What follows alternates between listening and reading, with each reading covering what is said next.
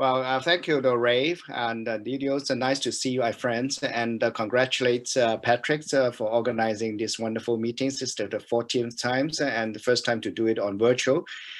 Well, it's middle of the night over here in Hong Kong, and I'm a practicing hepatologist in Hong Kong and Beijing, and lead the teams in both cities in my country, China.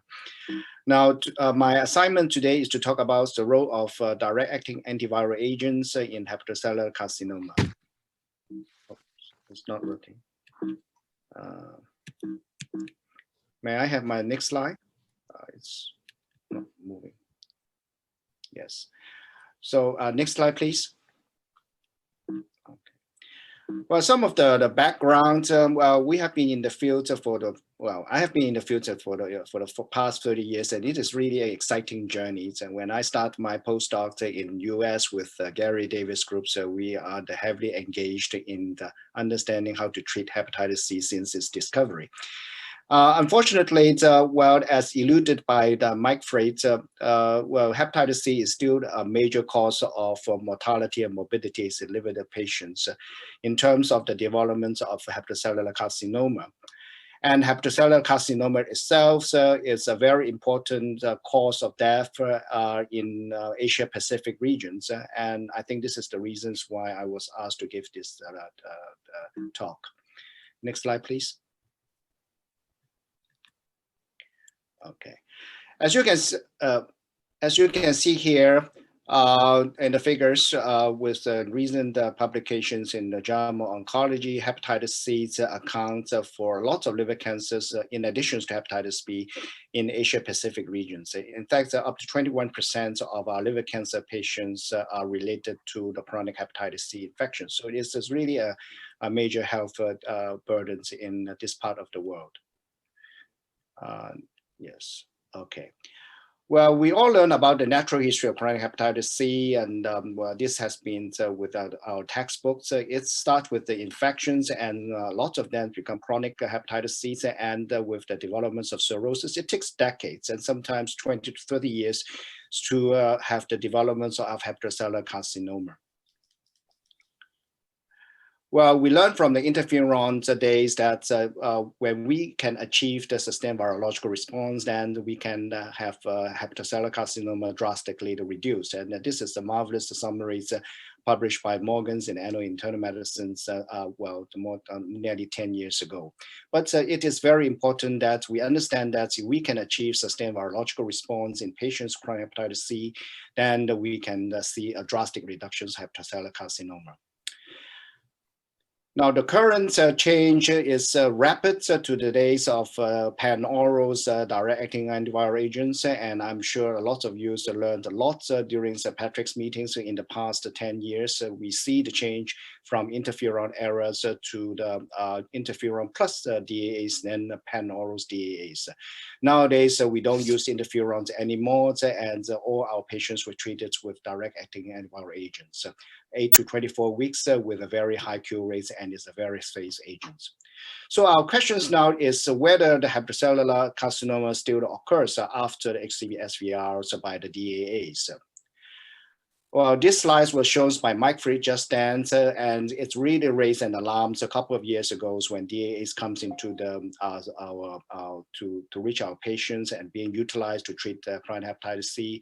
Well, the report has been shown to see an increase in incidence of the recurrence and occurrence of hepatocellular carcinomas.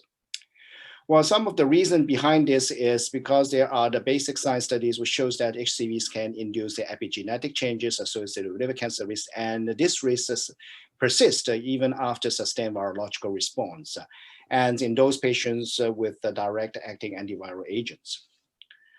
Now, so this raised the concerns, and we have, I think that this is a very important studies, landmark papers done by the French groups based on the French NRAS CO22, the hepatitis cohort studies.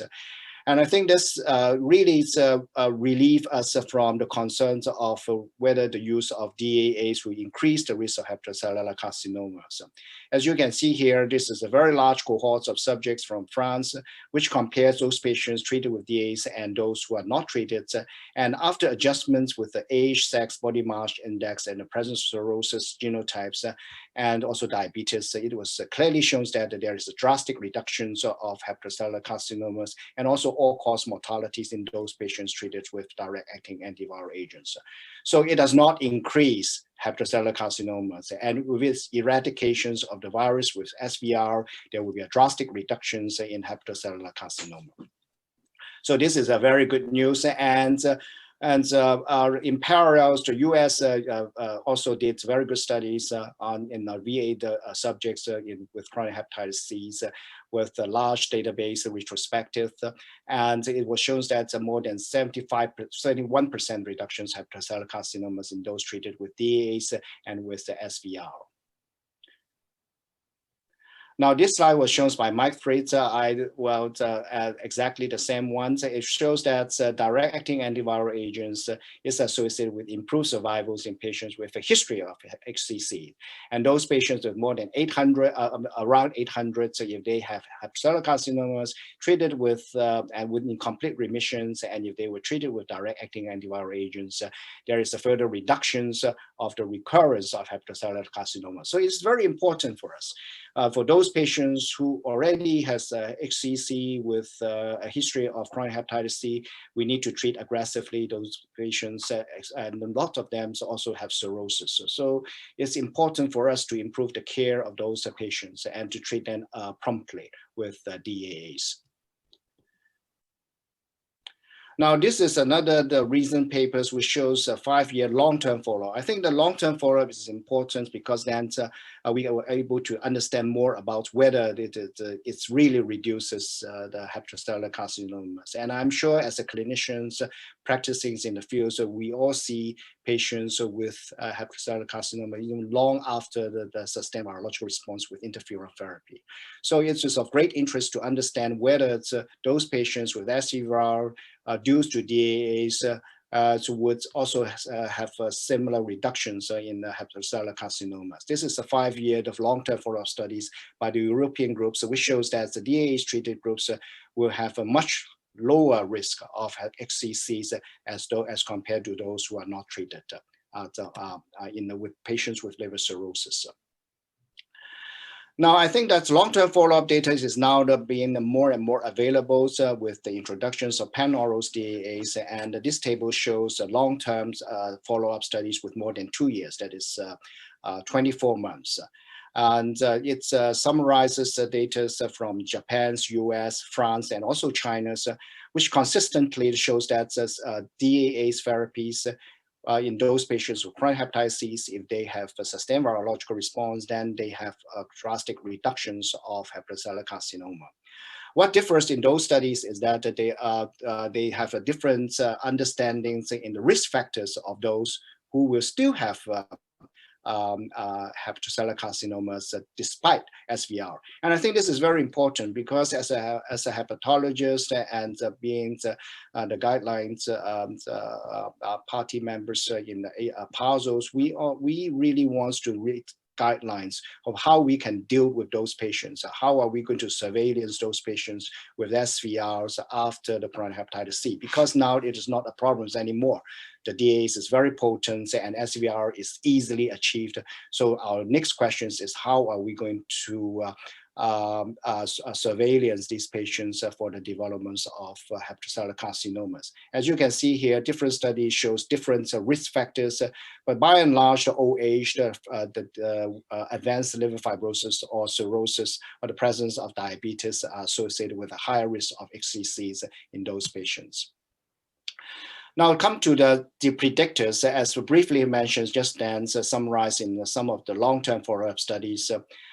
This is of great importance because we want to know how are we going to monitor the patients after they have the virus eradicated with SVR. So first and most important studies that comes up from the US groups, which shows that high FIB4 scores patients has a much higher risk of HCCs as up to 10 years. And I think this is SVRs, which include those patients treated with interferons.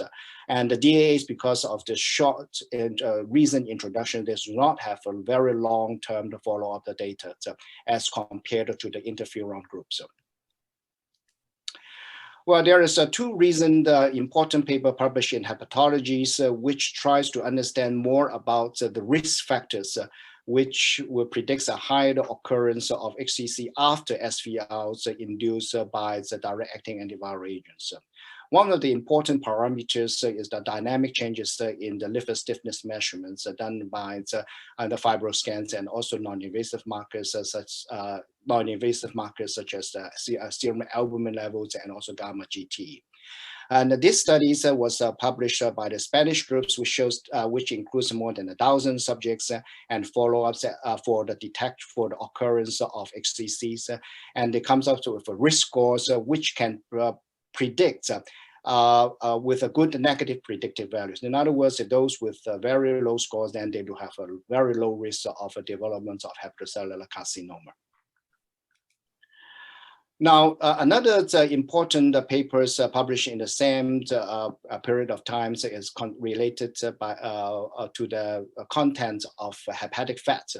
We all know that fatty livers is now the driving force of the development of hepatocellular carcinomas. So how about those patients with SVRs and have a high hepatic steatosis? In these studies, it was the genetic risk scores, that is the GRS, which based on some of the genetic markers associated with accumulations of fats in the livers was being used to understand whether the combination is the use is alone or in combinations of diabetes and albums, which allowed us to predict more precisely whether those patients with SVRs due to DAAs could we know who will have a higher risk of hepatocellular carcinoma. Now, so far, we do not have very concrete data and suggestions or algorithms which will allow us to really precisely understand who will develop the hepatocellular carcinomas after SVRs with DAAs. Now, we do not have any problems of treating and inducing SVRs as compared to those in the interferon days, but now we are facing new problems. And in China, recently, based on our studies, based on the data from our centers, which is a special HCV clinics located in Beijing, and so we are able to assemble some of the data and to throw some understandings in this field. In our hospitals, we see around 100 to 200 cases of hepatitis C each day in Beijing, and it is the largest hepatitis C diagnostic and treatment centers in China. Now, we collected a total of 1,735 treatment-naive Chinese chronic hepatitis C patients. They are eligible for either DAAs or PR therapy. The reasons is that over a very short period of time, between 2015 and 2017, we have a time lag between the registrations of the DAAs compounds in Hong Kong and Beijing due to one country, two systems. So we have an opportunity to understand the sample of patients treated with DAAs or the PRs in a parallel fashion. And I don't think that there are any similar studies that performs in the real world. Now, and we follow up those patients with surveillance of hepatocellular carcinomas by the intervals, ultrasounds, and alpha fetoproteins at least 6 monthly. And up to the August 2020, that we have a total of 1,241 subjects, 484 of them in the DAs groups and 757 in the PR groups with SVR. And we do survival analysis and also high-risk determinations using multivariate Cox proportional regression analysis, and also the preoperative estimations with nomograms, predictions, discriminations, and calibrations. Well, these are the risk factors which we found to be associated with the development of hepatocellular carcinomas in those with SVRs. treated either with interferon-based therapies or DAAs. As I mentioned, because there is a delays in the implementations of DAAs in China, so we have the opportunity to understand the difference between the two, those treated with DAAs and also the PR therapy. As you can see here, the risk factors associated with the HCC developments include the age, the presence of NAFRs, alpha-fetoproteins greater than 20, the liver stiffness greater than 14.6, which is the cutoff we use for the defining the presence or absence of fibrosis and the presence of diabetes mellitus. And these are the risk factors which are associated with the development of HCC. And we come up with the nomograms and the risk score estimations with this. And we are able to compile a C index of 0.835, which is pretty good and allowed us to predict which patients with SVRs after DAAs or interferon therapies would have a higher risk or a low risk of HCC. But in realities, we are still not in a position to do any recommendations of how frequent different people could be surveillance differently, and to prevent the occurrence or to allow to have early detections. So I think this is a very important questions for us to move forward. SVR is no longer a problem for chronic hepatitis C patients, but what should we do with them after the SVR? To allow us to have early detection. What is the most cost-effective manners and the cost-effective ways to get the HCC? This is a recent paper that published in Journal Hepatology, and I think this is good for reference, which tried to differentiate the surveillance based on the risk as reflected by the presence of liver cirrhosis, fibrosis, time after SVRs and age, and other predictors. But I think that there are very important questions which remains to be answered, because most of these studies are focused on patients with liver cirrhosis. But not all HCCs after SVRs has advanced liver fibrosis and cirrhosis, as reflected in our studies, when those patients without cirrhosis are also treated with DAAs. Another question is the endpoints being used. We talk about HCC occurrence and recurrence, but there are only a little data to understand what type of liver cancer is being detected. We all know that the liver cancer takes time to develop, and it is important for us to design the surveillance programs which allows us to detect early liver cancer, but not late and advanced liver cancer. And the little data is available in most of these studies about survivals and outcomes of the HCCs being detected. And we obviously need some more sensitive imaging or molecular testing to help us to fish out those patients who has early liver cancers after SVR. And how are we going to do this? And I think we will be able to learn a lot in this conference. And last but not least, the Asians versus Caucasians. So little data is available in Asians as compared to the large scale data in Caucasians. And I think that we should allow more data to evolve from Asia to understand whether there is any difference, because the Asia Pacific regions is still the most important part of the world with HCV-related hepatocellular carcinoma. Last but not least, I want to thank my teams in Beijing and Hong Kong, and with my collaborators, with Ray Shinasi and so on, and for your friendship. Thank you very much.